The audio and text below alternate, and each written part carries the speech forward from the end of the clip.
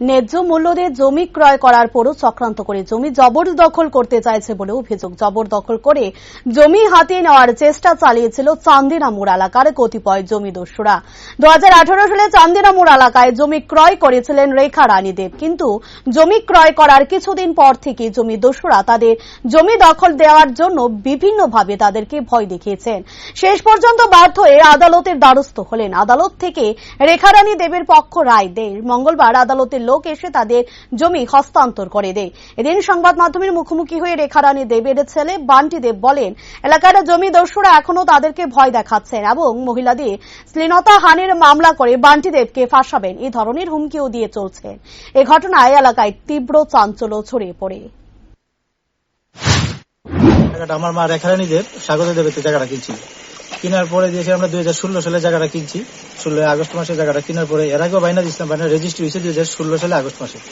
কেনার পরে যেমন দেখা গেছে 16 সাল গেল, 17 সাল গেল, 18 সালে উনি আমার কাছে কিছু জায়গা রেজিস্ট্রি করা হয়েছে, কিছু জায়গায় রেজিস্টার্ড বাইনা হয়েছিল পুকুরটুকু। তখন উনি আমার কাছে কিছুটা জায়গা যে রেজিস্টার্ড বাইনা যেটা পুকুরটা ওনার ছেড়ে দেওয়ার জন্য অন্য কারোর কাছে উনি বেশি টাকা পাইছে, 3-4 লাখ টাকা বেশি দিব, আমি ছেড়ে দিতাম। যখন আমি ছাড়লাম না তখন সময় উনি কি করলো, আমার সঙ্গে একটা মতবিরোধ দেখা দিল। তারপরে যে স্বাগত দেব, তারপর যে স্বাগত দেব কি করলো, তখন কিছু লোকজন নিয়ে সেটা আমার মাকে এবং আমাকে জোরপূর্বক কোর্টে নিয়ে গেল, যে আমাকে জোরপূর্বক সব জায়গায় তারা আমাকে চিনিয়ে দিবে, আমার কাছ থেকে লিখিয়ে নিয়ে যাবে জোরপূর্বক।